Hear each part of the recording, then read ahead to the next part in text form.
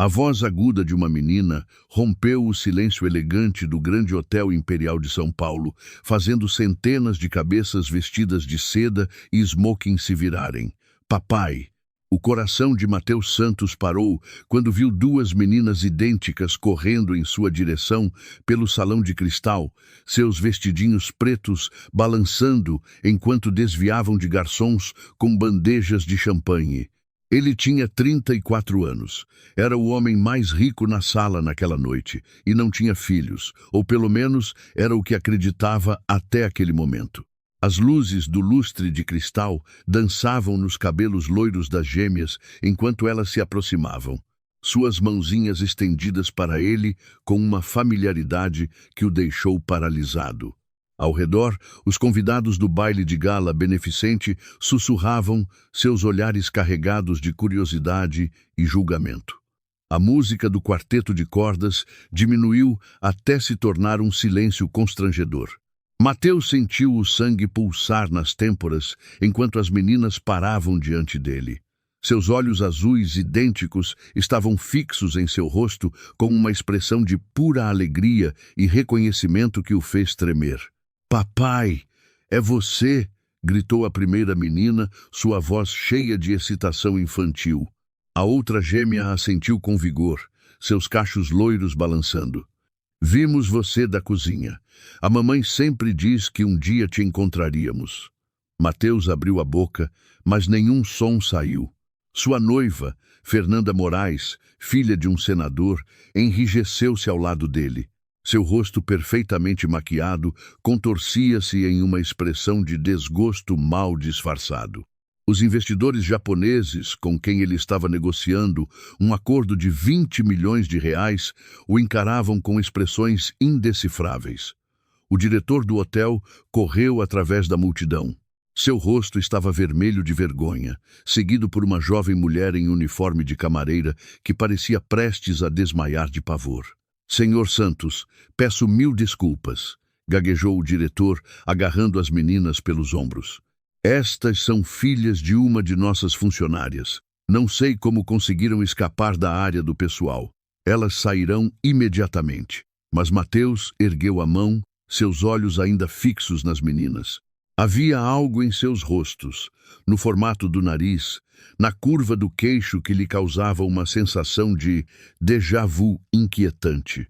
A mulher em uniforme se aproximou, as lágrimas escorrendo por seu rosto pálido enquanto tentava pegar as meninas. Mateus olhou para ela verdadeiramente pela primeira vez e o mundo sob seus pés pareceu desmoronar. Clara Benvenuti, a mulher que ele amara com todo o coração 6 anos antes que sua família a arrancasse de sua vida.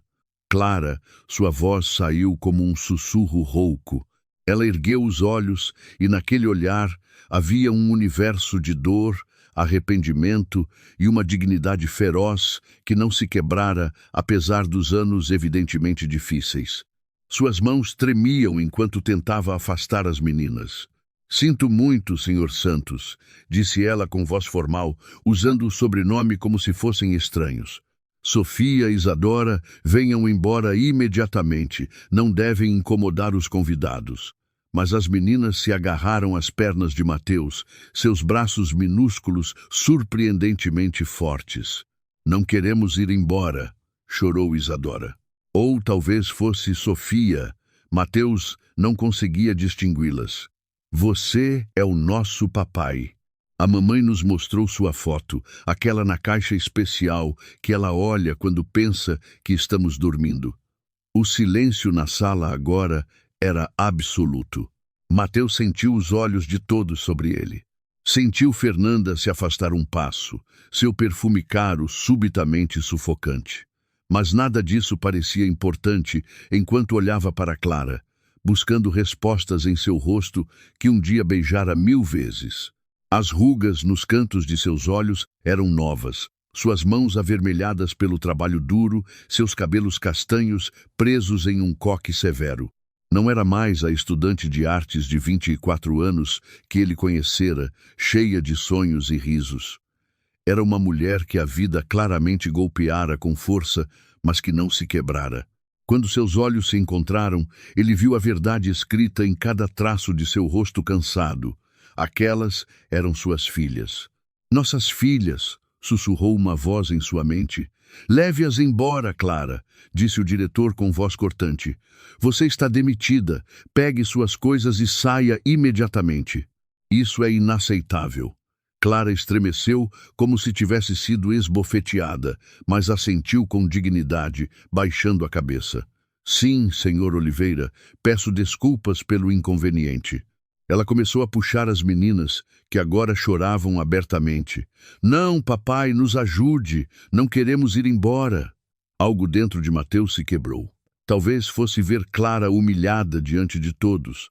Talvez fosse o modo como as meninas o chamavam de papai, com tal convicção absoluta. Talvez fosse a percepção de que, se essas meninas eram suas, ele perdera 5 anos de suas vidas. Qualquer que fosse a razão, ele se viu falando antes que seu cérebro racional pudesse detê-lo. Esperem. Sua voz preencheu o salão. Aquela voz de CEO que construíra um império imobiliário do zero, depois que sua família o deserdara por ousar amar uma garota inadequada. Ninguém vai a lugar nenhum até que eu entenda o que está acontecendo aqui. O diretor pareceu escandalizado. Senhor Santos, garanto que esta situação será gerida por mim. Mateus o interrompeu. Ele se ajoelhou, nivelando seus olhos com os das meninas. De perto, podia ver seus próprios olhos verdes misturados com o azul de Clara nos delas. Podia ver a covinha no queixo de Sofia, idêntica à sua. Podia ver o modo como Isadora inclinava a cabeça quando o olhava, exatamente como fazia sua irmã Júlia. Como vocês se chamam? Perguntou docemente, embora já tivesse ouvido seus nomes. Eu sou a Sofia, disse uma menina, enxugando as lágrimas com o dorso da mão. E esta é a Isadora. Somos gêmeas idênticas. Temos 5 anos e meio. A mamãe diz que nosso aniversário é 15 de novembro. Mateus fez rapidamente os cálculos. Novembro, 6 anos atrás. A última noite que passara com Clara antes que seus pais o levassem para negócios urgentes em Nova York. A noite em que lhe prometera que voltaria, que encontrariam um modo de ficarem juntos, apesar da oposição das famílias. A noite em que o mundo parecia cheio de possibilidades infinitas. Quando voltara 3 meses depois, Clara desaparecera. Seu apartamento estava vazio, seu telefone desligado, seus amigos diziam não saber para onde ela fora. Ele procurara por meses, contratando investigadores particulares, checando cada cidade do Brasil. Então, seu pai confessara no leito de morte, 2 anos atrás. Paguei a família de Clara para fazê-la sumir, convencido de que uma garota pobre arruinaria o futuro de Mateus. Seu pai morrera antes que Mateus pudesse arrancar mais informações, e agora ali estava Clara, vestida de camareira no hotel que ele mesmo possuía através de uma de suas muitas empresas, com 2 meninas que tinham seus olhos. 15 de novembro, repetiu Mateus, sua voz apenas um sussurro. Olhou para Clara, que estava com o rosto virado para o lado, as lágrimas escorrendo silenciosamente por suas bochechas. Clara, olhe para mim. Ela balançou a cabeça, seus ombros tremendo. Por favor, Mateus, deixe-me levá-las embora. Não queremos nada de você. Foi um erro. As meninas não deveriam. São minhas. As palavras saíram cruas, diretas, desesperadas. O silêncio que se seguiu pareceu durar uma eternidade. Ele podia sentir a respiração coletiva do salão. Centenas de pessoas esperando pela resposta a essa pergunta.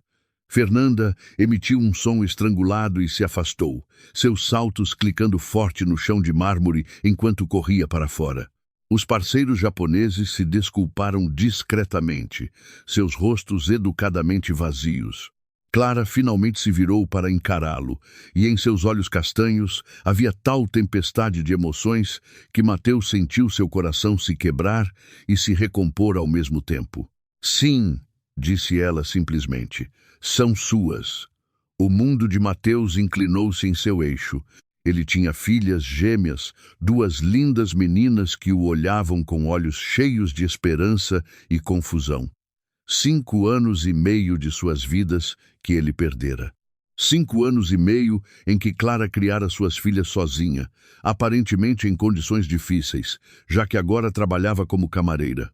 A raiva explodiu dentro dele, não contra Clara, mas contra seu pai morto, contra o destino cruel, contra si mesmo por não ter procurado por mais tempo. Por que não me contou? Sua voz tremia. Por que não tentou entrar em contato? Clara riu, um som amargo e quebrado. Tentar contato? Mateus, seu pai me ofereceu R$ 200.000 para sumir.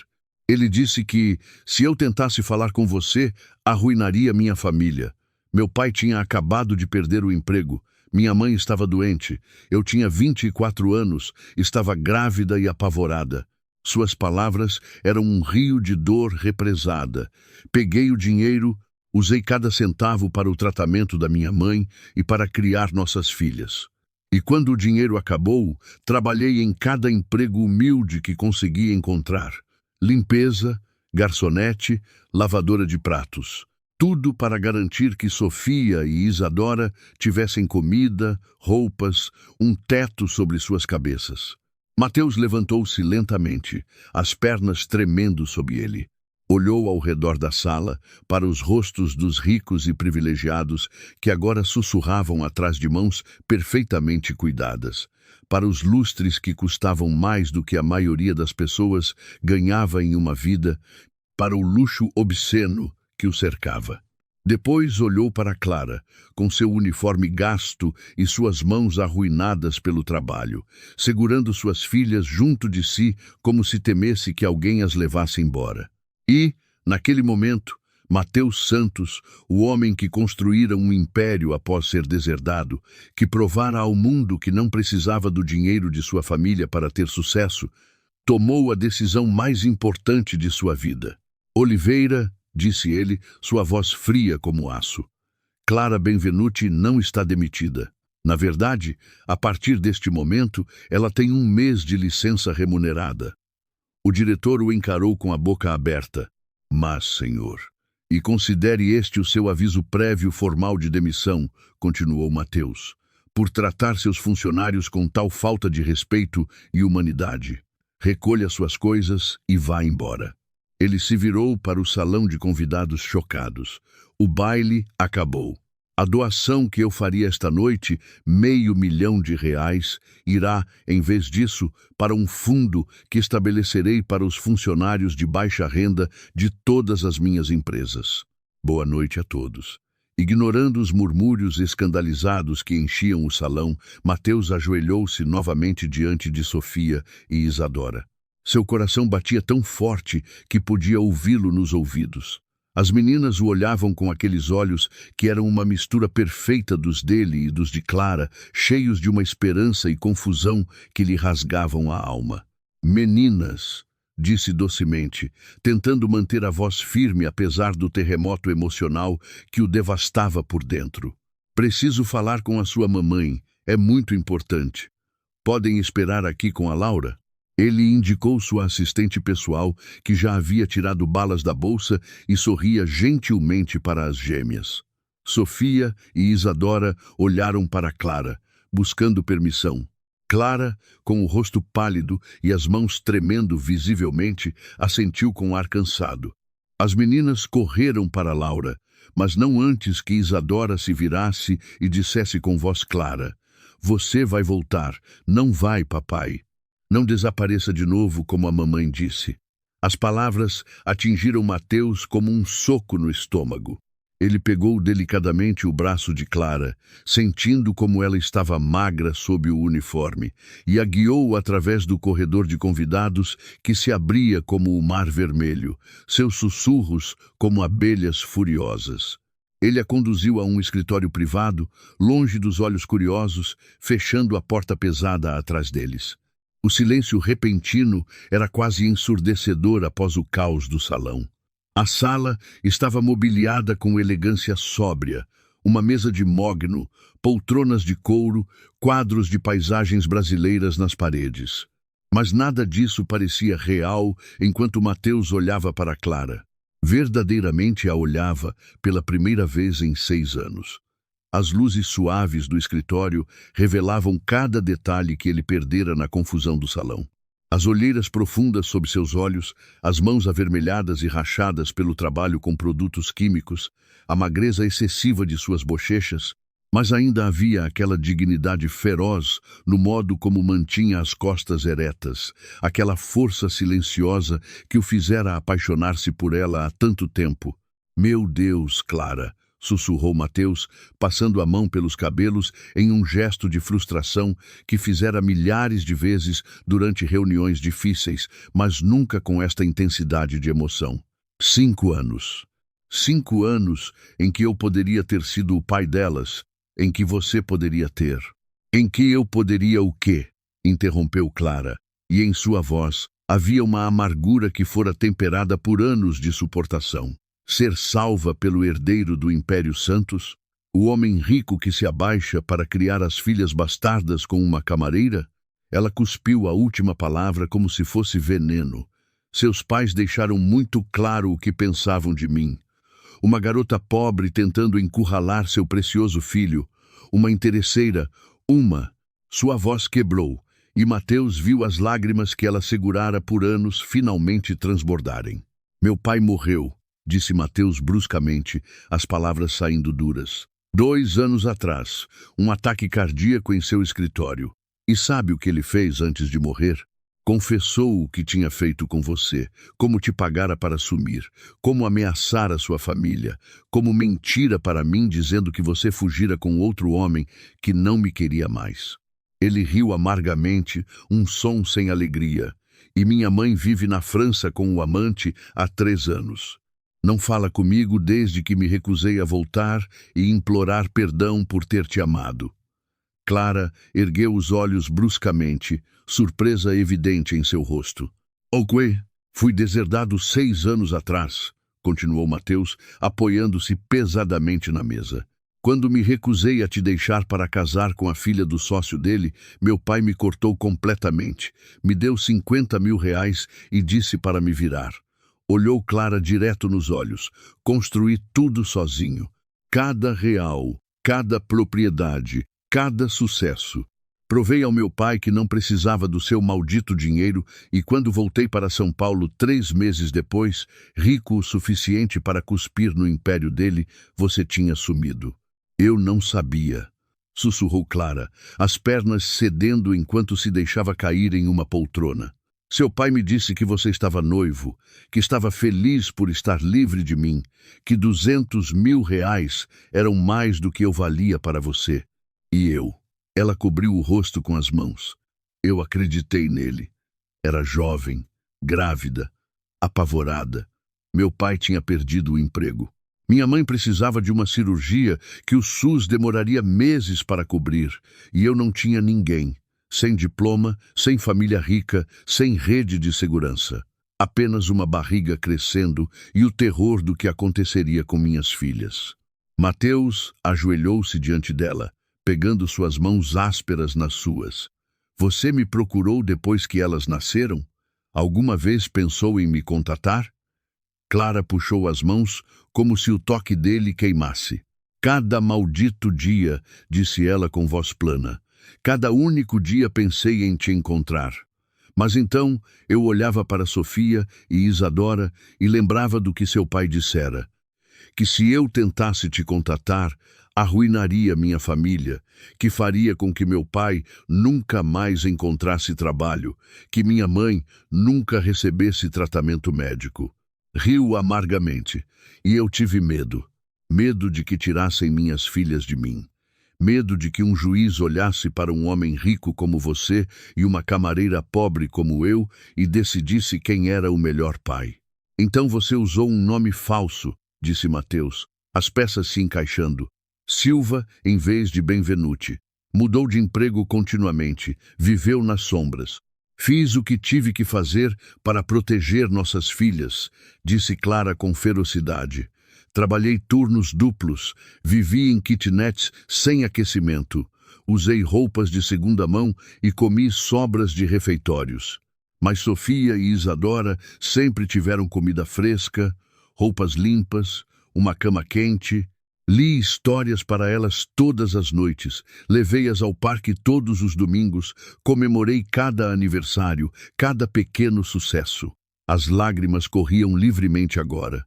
E sim, mostrei sua foto a elas porque mereciam saber que o pai existia, que era um homem bom, mesmo que não pudessem conhecê-lo.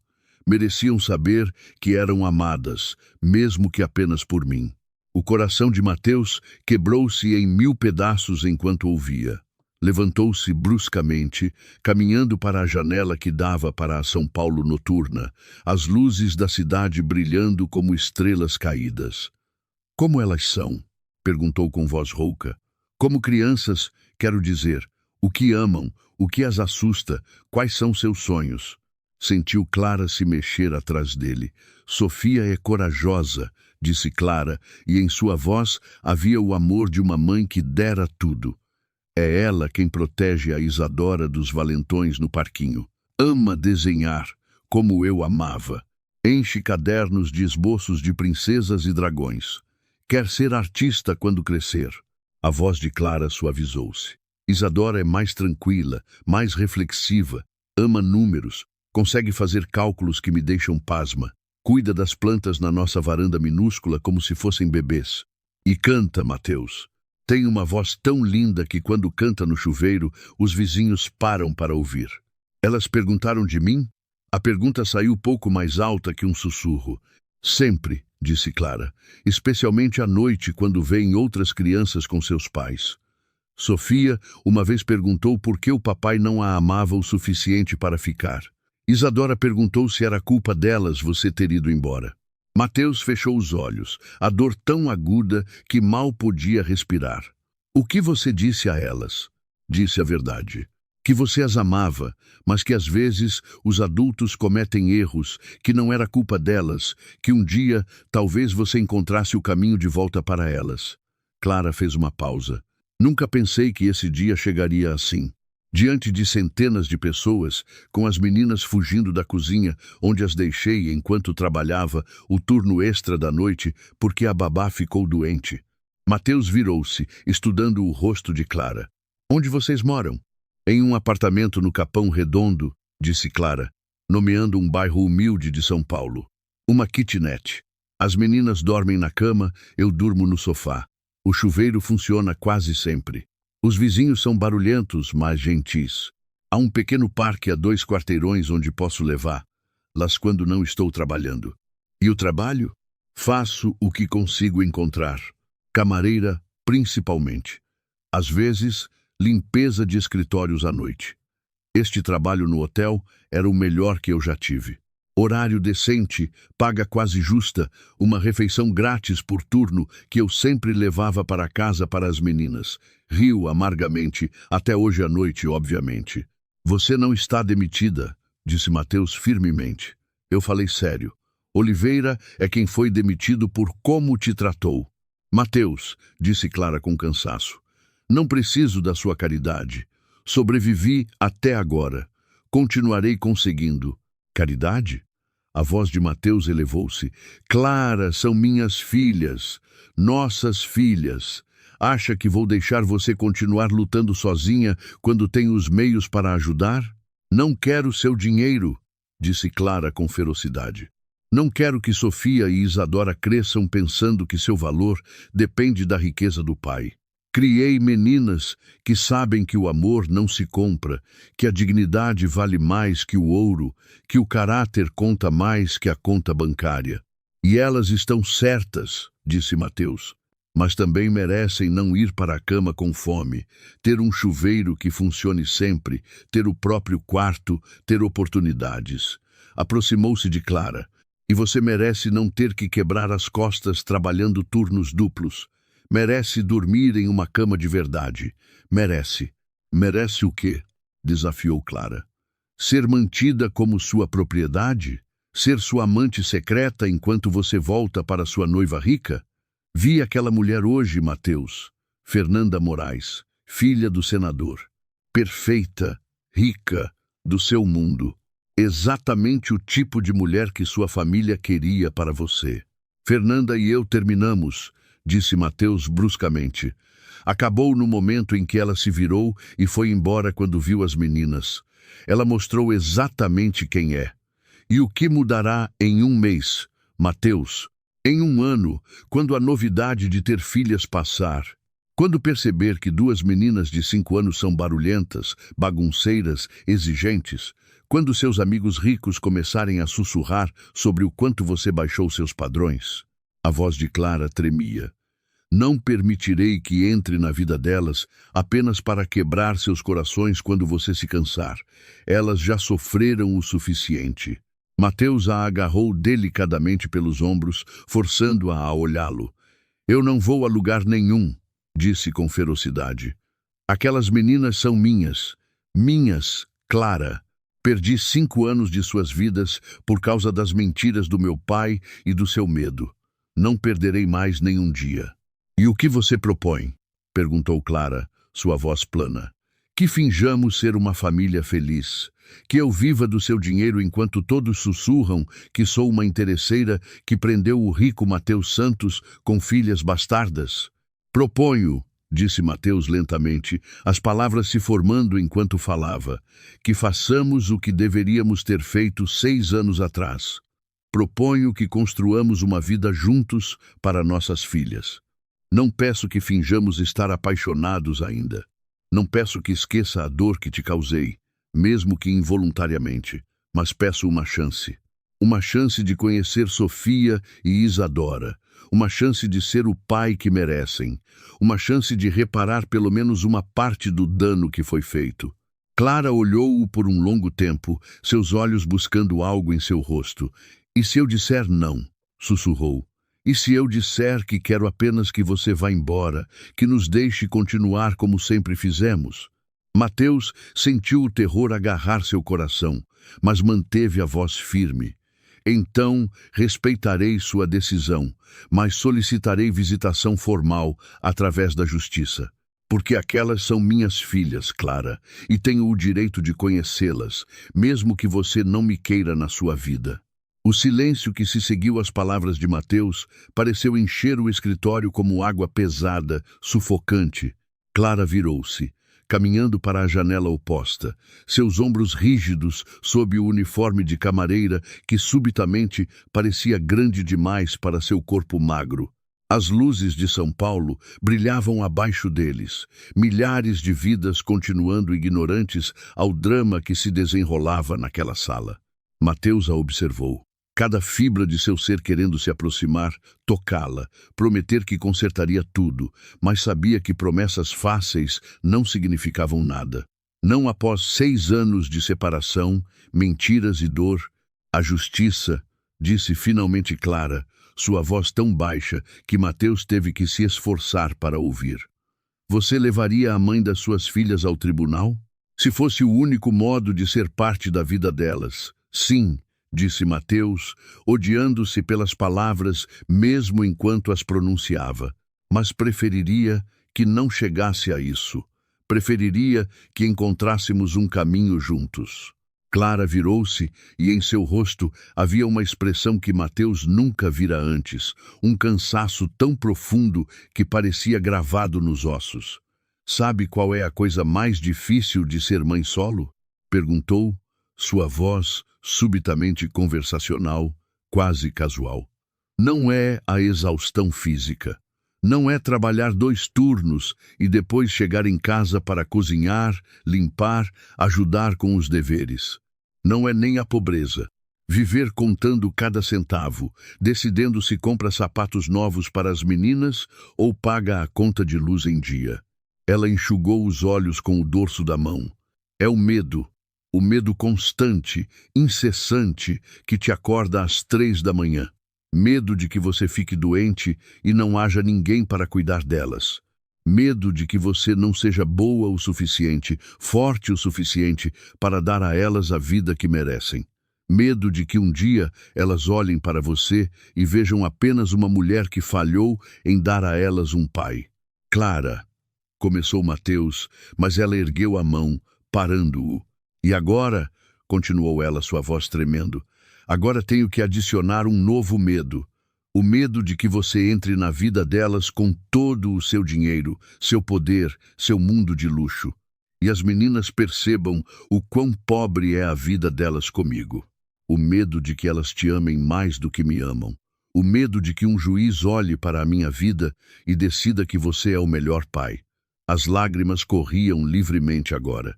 O medo de perdê-las, porque elas são tudo o que eu tenho, Mateus. São a minha razão para respirar. Se você as tirar de mim, sua voz quebrou completamente.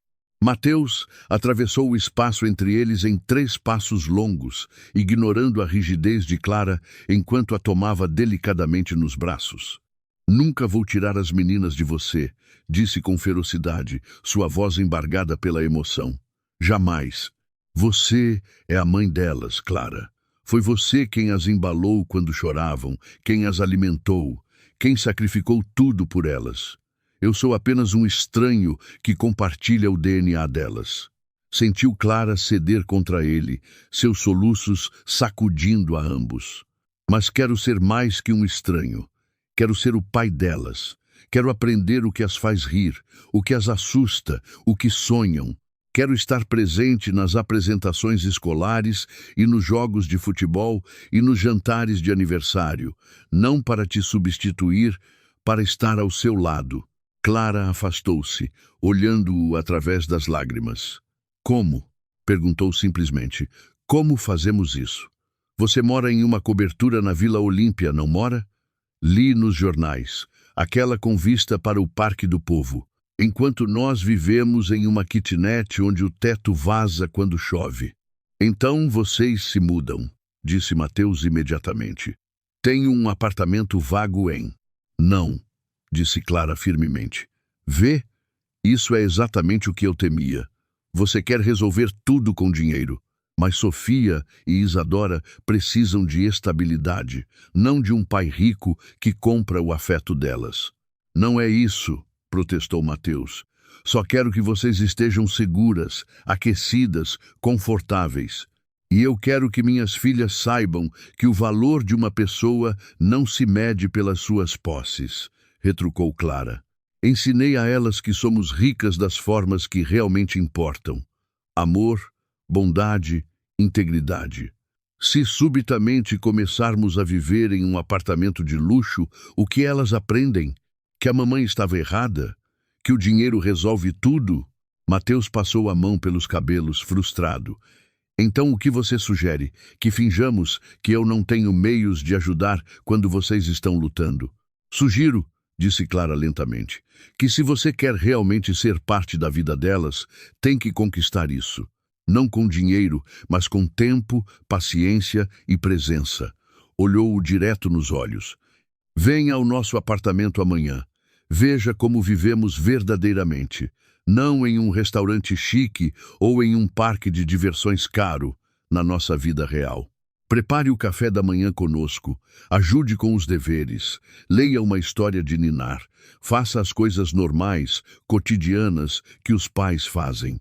E se depois de um mês, depois de ver o quão difícil é, o quão comum é, o quão pouco glamouroso é, você ainda estiver interessado, então conversaremos sobre como seguir em frente. Mateus olhou para ela, vendo o desafio em seus olhos, mas também algo mais. Esperança. Esperança frágil, cautelosa, mas esperança mesmo assim. Combinado, disse ele. Dê-me seu endereço. Clara hesitou. Depois tirou uma caneta do bolso do uniforme e rabiscou um endereço no verso de um recibo. Estrada de Itapecerica, Capão Redondo, número 127, apartamento 3B. Não tem elevador, então terá que subir 3 lances de escada. E o bairro não é. Não me importa o bairro, interrompeu a Mateus, pegando o recibo como se fosse ouro. A que horas amanhã de manhã? As meninas acordam às 7, disse Clara. Tomamos café às 7:30. Mas, Mateus, se você vier, tem que ser com certeza.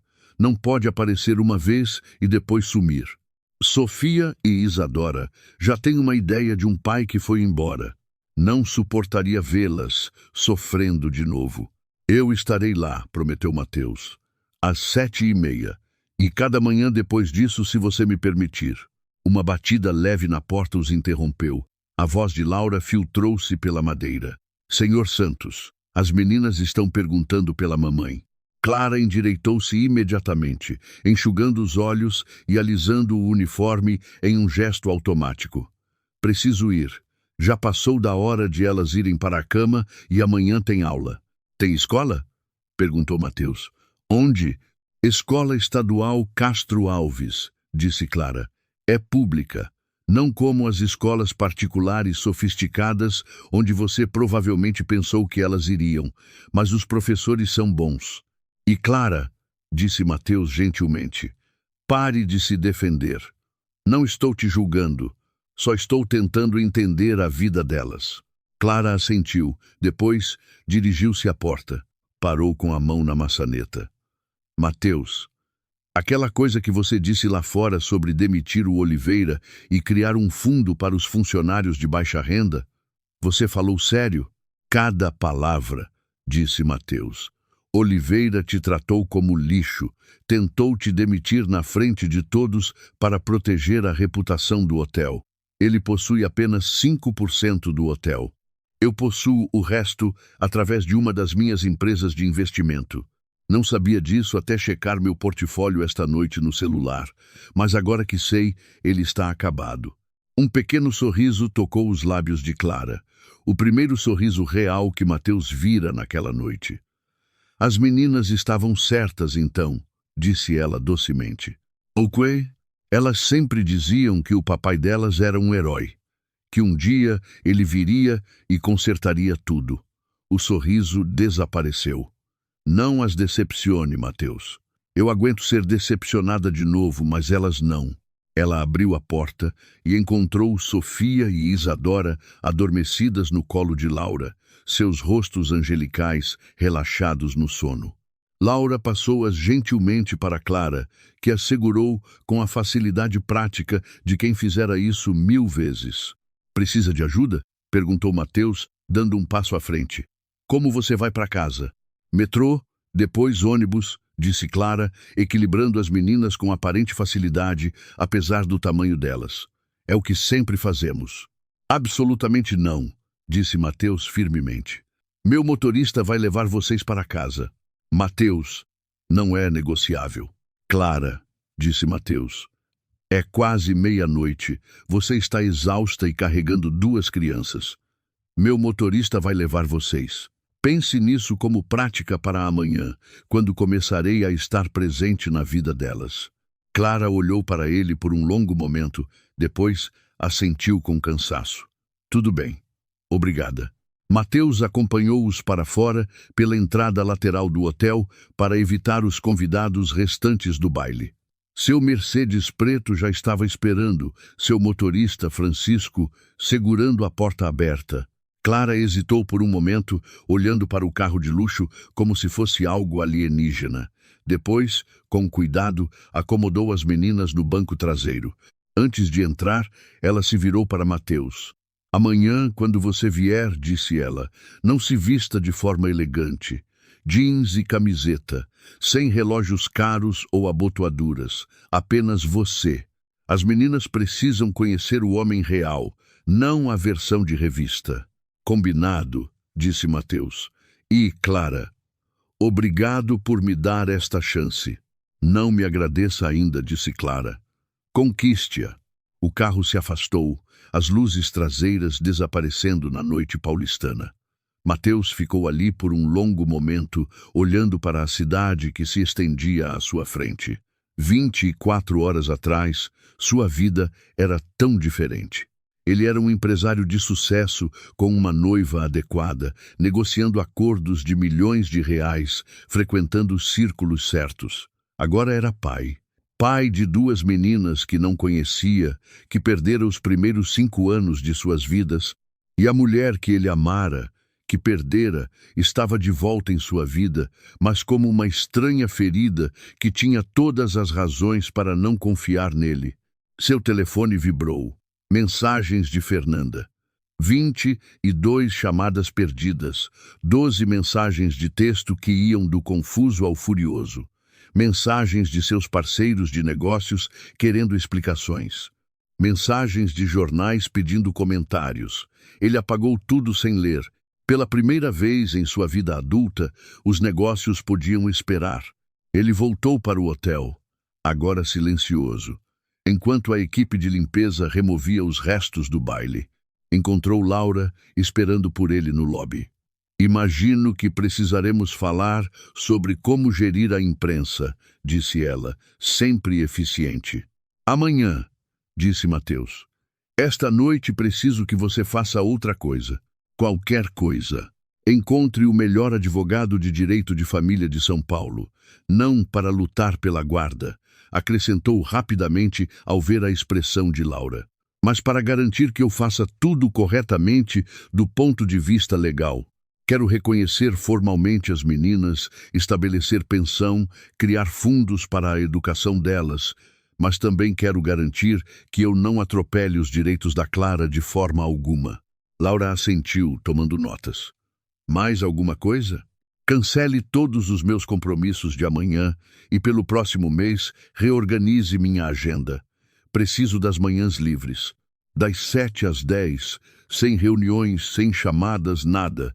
Mateus, disse Laura gentilmente, você tem uma reunião de conselho amanhã às 9 com os investidores japoneses. Remarque ou cancele, não me importa, disse Mateus. Perdi 5 anos com minhas filhas. Não perderei mais nenhum dia. Laura sorriu, aquele sorriso quente que ela reservava para momentos em que estava realmente orgulhosa dele. Suas filhas têm sorte de ter você. Não, disse Mateus, pensando em Clara carregando as filhas adormecidas em 5 anos de luta solitária, em todas as noites que ela chorara olhando para a foto dele. Eu é que tenho sorte, se a Clara me der a chance de provar isso. Naquela noite, em sua cobertura vazia com vista para São Paulo, Mateus não dormiu. Em vez disso, passou horas pesquisando online sobre a Escola Estadual Castro Alves, lendo sobre gêmeas idênticas, sobre o que significava ser um pai presente. Comprou livros sobre paternidade, sobre como construir relacionamentos com crianças, sobre como ser o pai que ele nunca tivera. E às 4 da manhã, quando a cidade começava lentamente a acordar, ele fez algo que não fazia desde que seu pai morrera. Chorou. Chorou pelos anos perdidos, pela dor que Clara suportara, pelas meninas que passaram 5 anos se perguntando por que o papai não as amava. Mas chorou também pela esperança, frágil como cristal, mas real, que talvez, apenas talvez, ele pudesse transformar esse desastre em algo belo. Às 6 da manhã, Mateus já estava vestido com jeans e uma camiseta cinza simples. Sem relógio, sem abotoaduras, sem nada que sugerisse riqueza. Era apenas um homem indo conhecer suas filhas pela primeira vez de verdade. E enquanto dirigia por São Paulo, em direção ao Capão Redondo, o sol nascendo sobre a cidade, Mateus Santos fez uma promessa silenciosa a Sofia, Isadora e Clara. Desta vez, ele não as decepcionaria. Mateus estacionou seu Mercedes a 3 quarteirões de distância do endereço que Clara lhe dera, não querendo atrair atenção no bairro operário. O caminho era exatamente como ele imaginara. Prédios de concreto cinza mostrando a idade, lojas com letreiros desbotados, calçadas rachadas onde crianças já brincavam apesar da hora matinal. O ar cheirava a café recém-passado nos bares locais e pão quente das padarias. Era um mundo distante de sua cobertura de vidro e aço. Mas enquanto caminhava em direção ao número 127, Mateus sentiu algo inesperado: inveja. Porque ali, naquele bairro humilde, havia vida real. Mães caminhando juntas para as escolas, idosos sentados em bancos, compartilhando jornais, lojistas abrindo as portas, saudando os clientes pelo nome. Comunidade, algo que seu mundo de luxo estéril nunca tivera. O prédio no número 127 era antigo, mas digno, com grades de ferro enferrujadas e paredes precisando de pintura. Mateus começou a subir as escadas, os degraus de pedra gastos por décadas de passos. No primeiro andar, ouviu uma família conversando. No segundo, um bebê chorando enquanto a mãe cantava uma cantiga. No terceiro andar, Mateus parou diante da porta com um pequeno 3B de latão fosco. Seu coração batia tão forte que podia ouvi-lo nos ouvidos. Dentro daquela porta estavam suas filhas, suas meninas. E a mulher que ele nunca deixara de amar, mesmo quando tentara se convencer do contrário com Fernanda e todas as outras que vieram antes. Ergueu a mão para bater, depois hesitou. E se Clara tivesse mudado de ideia? E se as meninas não o quisessem? E se ele não fosse bom o suficiente para isso?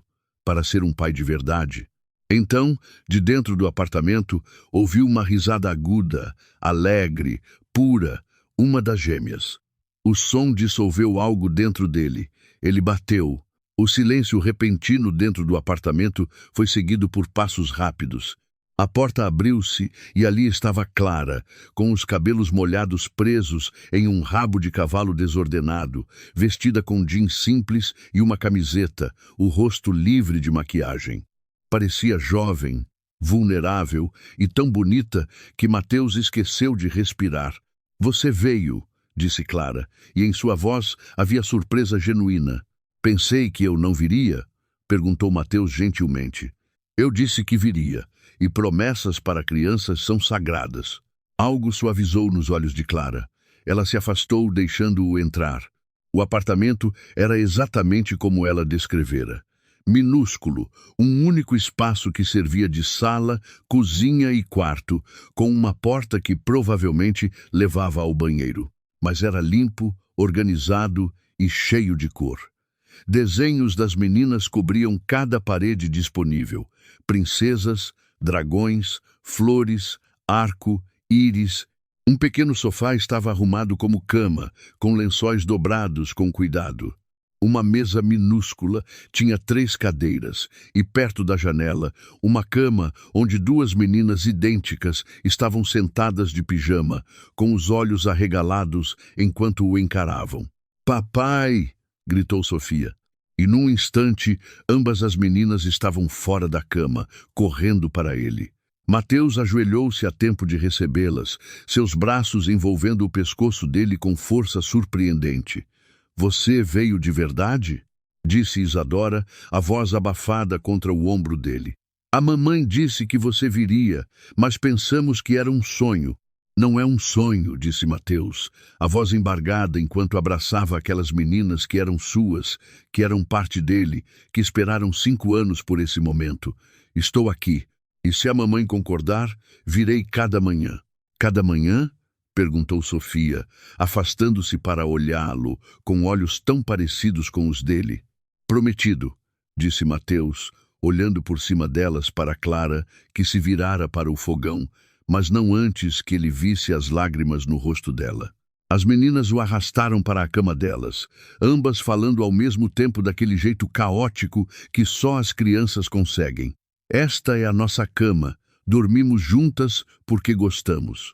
E estes são os nossos desenhos. Eu fiz o dragão rosa." "Não, eu fiz o dragão rosa. Você fez o roxo. E esta é a mamãe. Ela dorme no sofá, mas diz que está tudo bem porque nos ama." Mateus olhou para o sofá, vendo quão pequeno e desconfortável devia ser. Olhou para a única janela pequena que deixava entrar luz, as paredes precisando de tinta, o aquecedor que provavelmente funcionava mal. E entendeu o que Clara tentara dizer. Aquilo era amor.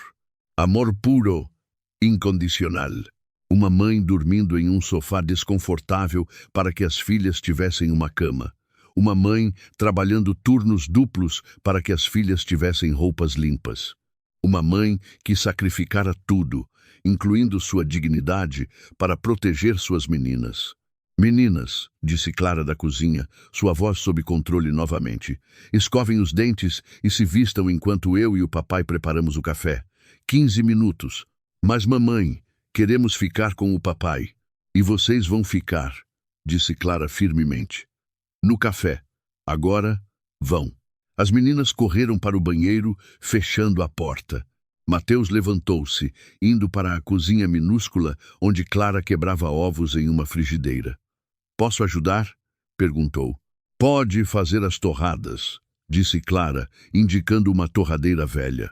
A manteiga está na geladeira. Use com parcimônia. Está quase acabando e não recebo até sexta-feira. As palavras atingiram Mateus como um tapa. Hoje era quarta-feira. Ela tinha que fazer a manteiga durar 2 dias. Clara, começou ele.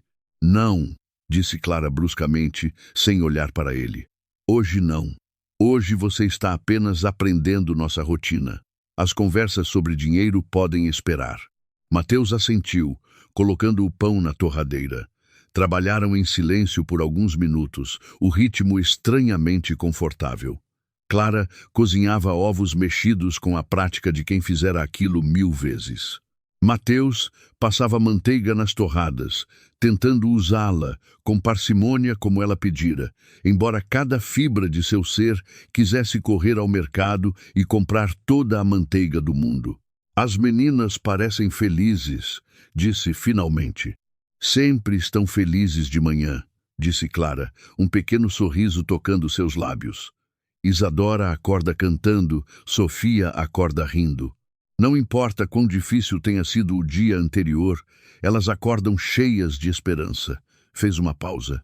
Elas me ensinaram isso. A encontrar alegria nas pequenas coisas. As meninas saíram do banheiro, vestidas com os uniformes da escola que estavam limpos, mas claramente usados, passados de outras mãos. Sentaram-se à pequena mesa e Mateus percebeu que havia apenas 3 cadeiras. Onde eu sento? Perguntou. Geralmente eu como em pé, disse Clara. Mas hoje você pode ficar com a minha cadeira. Eu vou. Não, disse Mateus firmemente. Você senta, eu fico em pé. O papai pode sentar comigo, gritou Sofia, chegando para o lado para dar espaço. Não, comigo, disse Isadora. Com as duas, disse Mateus rindo, sentando-se na pontinha da cadeira com uma menina de cada lado. Era desconfortável, apertado, mas era perfeito. Tomaram café juntos, as meninas tagarelando sobre a escola, as amigas, o fato de que a vizinha do segundo andar tinha um gato novo. Mateus ouvia cada palavra como se fosse ouro, memorizando suas vozes. O modo como Isadora pausava antes de falar, o modo como Sofia gesticulava selvagemente quando se empolgava. E olhava para Clara, que comia devagar, com os olhos indo constantemente das meninas para ele, como se esperasse que algo desse errado. Após o café, Clara começou a preparar as mochilas. Mateus notou como ela conferia os deveres, garantia que o lanche estivesse pronto, penteava os cabelos delas com cuidado amoroso. Posso levá-las à escola? Perguntou Mateus. Clara parou, olhando-o. É a 3 quarteirões daqui. Nós sempre vamos a pé. Então vamos a pé juntos, disse Mateus, se estiver tudo bem para você. Clara hesitou, depois assentiu. Tudo bem. Caminharam juntos pelas ruas do Capão Redondo. Uma menina segurando a mão de Mateus de cada lado, Clara andando um pouco atrás. Mateus estava ciente dos olhares, os vizinhos observando curiosos, aquele estranho com as meninas. Mas mais do que isso, estava ciente das mãos pequenas nas suas, da confiança implícita naquele toque. Papai, disse Isadora subitamente, você vai ficar para o jantar? A mamãe faz a melhor macarronada na quarta-feira. Se a mamãe disser que eu posso, disse Mateus, olhando para Clara. Ela mordeu o lábio, depois assentiu. Você pode ficar. Chegaram à escola, um prédio de tijolos cercado por um pátio onde centenas de crianças brincavam antes do sinal tocar. Temos que ir, disse Sofia. Mas você vai voltar, não vai? Vou voltar, prometeu Mateus, ajoelhando-se para abraçar as duas. Esta noite para o jantar, amanhã cedo para o café, e cada dia depois disso, se a mamãe concordar. As meninas abraçaram-no apertado, depois correram para os amigos gritando, aquele é o nosso papai. Mateus levantou-se, encontrando Clara olhando para ele com uma expressão que não conseguia decifrar. Café? perguntou ela suavemente. Tem um bar na esquina. Precisamos conversar.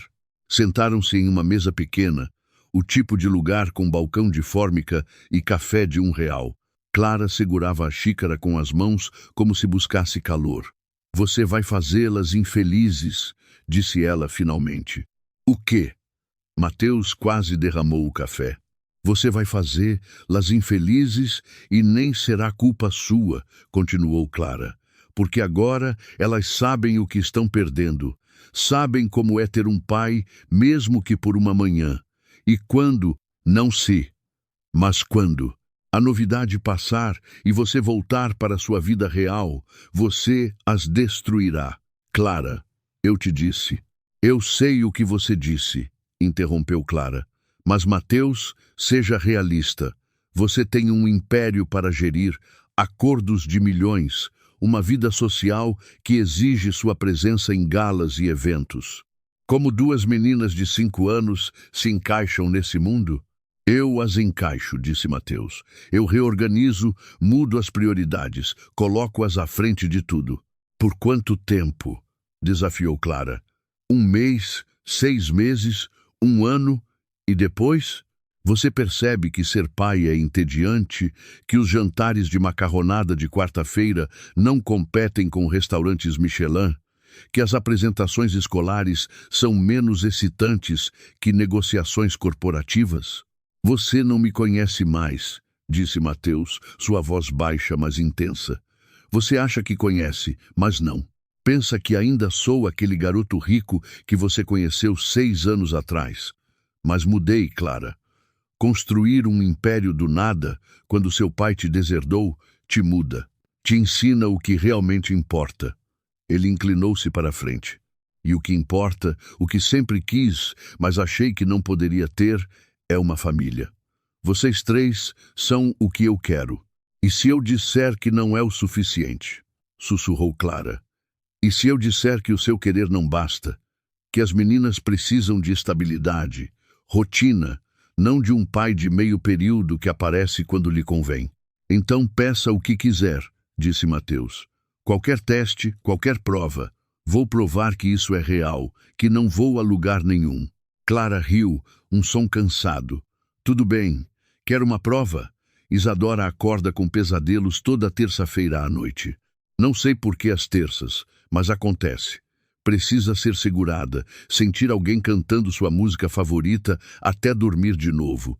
Sofia tem medo do escuro, mas nunca admitirá porque acha que tem que ser corajosa pela Isadora. Precisa que alguém cheque debaixo da cama toda noite, mesmo quando diz que não precisa. Ambas precisam de histórias antes de dormir, mas não qualquer história. Histórias onde a família vence, onde o amor é mais forte que tudo, onde ninguém é deixado para trás. As lágrimas corriam pelo rosto de Clara.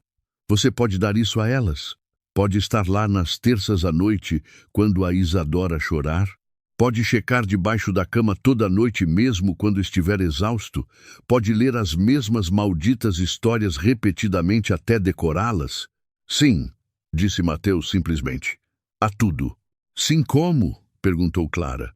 Como você, que mora do outro lado da cidade, faria isso? Então eu me mudo, disse Mateus. Tem algum apartamento vago naquele prédio? Clara riu, apesar das lágrimas. Mateus, você não pode simplesmente. Por que não? Desafiou ele. Vamos, Clara, diga-me por que não posso simplesmente me mudar para este bairro, estar perto das minhas filhas, ser parte da vida cotidiana delas. Porque você não pertence aqui, explodiu Clara. Olhe para você, mesmo de jeans e camiseta, você exala dinheiro. Seu cabelo cortado em algum salão caro, suas mãos que nunca trabalharam pesado, o modo como você se move, como alguém acostumado a que o mundo se curve a ele. Você não pode simplesmente brincar de ser pobre, Mateus. Não é um jogo para nós. É a vida. Então me ensine, disse Mateus. Ensine-me como é. Deixe-me viver no seu mundo em vez de tentar arrastar você para o meu. Porque você tem razão. Vivi numa bolha. Mas quero estourar essa bolha. Quero saber o que é se preocupar com as contas, contar centavos, tomar decisões difíceis. Não porque acho nobre ou romântico, mas porque é o mundo onde minhas filhas vivem, e se quero entendê-las, preciso entender isso. Clara olhou-o por um longo tempo, depois lentamente disse: Tenho um apartamento vago no térreo, é uma kitnet. O chuveiro é instável, o banheiro precisa de reformas e os vizinhos de cima discutem toda noite. O aluguel é R$ 800. Eu fico com ele, disse Mateus imediatamente. Você nem viu. Não importa, disse Mateus. Se é no mesmo prédio das minhas filhas, é perfeito. Mateus, disse Clara docemente. O que você está fazendo realmente? Isso não é sustentável. Você não pode viver em uma kitnet quando tem uma cobertura. Não pode fingir que sua vida não existe. Não estou fingindo nada, disse Mateus. Minha vida existe, meu trabalho existe, mas quero construir uma nova vida que inclua vocês três. E se isso significa dividir meu tempo entre a cobertura onde gerencio meus negócios e uma kitnet onde posso ser pai, então é o que farei. Tirou a carteira, extraindo um cartão. E quero abrir uma conta para você e as meninas. Para comida, roupas, gastos médicos. Não, disse Clara firmemente. Isso é exatamente o que eu não quero. Clara, seja razoável. Estou sendo razoável, disse Clara. Estou protegendo minhas filhas. Se você começar a pagar tudo agora, o que elas aprendem? Que o dinheiro resolve os problemas, que não precisamos trabalhar duro porque o papai é rico? Então me diga o que você quer, disse Mateus com frustração. Diga-me como posso ajudar sem te ofender. Clara pensou por um longo tempo. Quer realmente ajudar? Então esteja presente. Venha para o café da manhã toda manhã. Ajude com os deveres. Vá às apresentações escolares. Seja um pai, não um caixa eletrônico. E depois de 6 meses, depois de você provar que isso é real, que não vai sumir, então falaremos sobre coisas práticas como pensão e fundos para estudos. Mas não antes. Primeiro você tem que ganhar o direito de ser o pai delas. Combinado, disse Mateus. 6 meses, estarei aqui todos os dias. E daqui a 6 meses, revisamos tudo. Terminaram o café em silêncio. Então Clara olhou o relógio. Preciso ir. Tenho uma entrevista de emprego às 10. Pensei que você trabalhava no hotel. Ainda tenho licença remunerada por 3 semanas, disse Clara. Mas depois disso, preciso de outra coisa. O que você quer fazer? Perguntou Mateus. Digo, se pudesse ter qualquer emprego. Clara sorriu tristemente. Uma vez eu quis ser artista, ensinar artes para crianças, mas aquela era outra vida. Poderia ser esta vida, disse Mateus suavemente. Com o tempo, com o apoio certo, um passo de cada vez, disse Clara levantando-se. Primeiro vamos ver se você sobrevive a 6 meses de café da manhã, deveres de casa e histórias de ninar. Caminharam de volta ao prédio juntos. Na porta, Clara hesitou. Mateus, obrigada por vir esta manhã, por não decepcioná-las. Nunca vou decepcioná-las de novo, prometeu Mateus. Esta é uma promessa que pretendo cumprir. Clara assentiu, depois desapareceu no prédio. Mateus ficou na calçada olhando para as janelas do 3º andar, onde suas filhas dormiam toda a noite. Tirou o telefone chamando Laura. Preciso que você encontre um apartamento vago no número 127 da estrada de Itapecerica, disse ele, no térreo, e entre em contato com meu advogado. Quero iniciar o processo de reconhecimento formal de paternidade, mas Laura, faça com discrição. Não quero que a Clara sinta que estou pressionando. Passou o resto do dia reorganizando sua vida em torno dessa nova realidade. Cancelou compromissos, adiou reuniões, delegou tarefas que sempre insistira em fazer pessoalmente. E às 6 da tarde estava de volta em frente ao apartamento 3B com um buquê de flores para Clara e 2 ursinhos idênticos para as meninas. Quando Clara abriu a porta, a surpresa em seu rosto transformou-se lentamente em algo como esperança. Você voltou, disse ela. Eu disse que voltaria, disse Mateus, e voltarei todos os dias pelo tempo que você me permitir. Naquela noite, Mateus Santos, multimilionário e CEO de um império imobiliário, sentou-se no chão de uma kitnet no Capão Redondo e jantou uma macarronada simples com suas filhas. E enquanto Sofia e Isadora riam e contavam histórias do dia, enquanto Clara o olhava com olhos cautelosos, mas mais quentes, Mateus percebeu algo. Aquilo era o que significava ser rico. Não o dinheiro no banco, nem a cobertura, nem os carros de luxo, mas aquilo, família, amor, pertencimento. E pela primeira vez na vida, Mateus Santos sentiu-se verdadeira e completamente rico.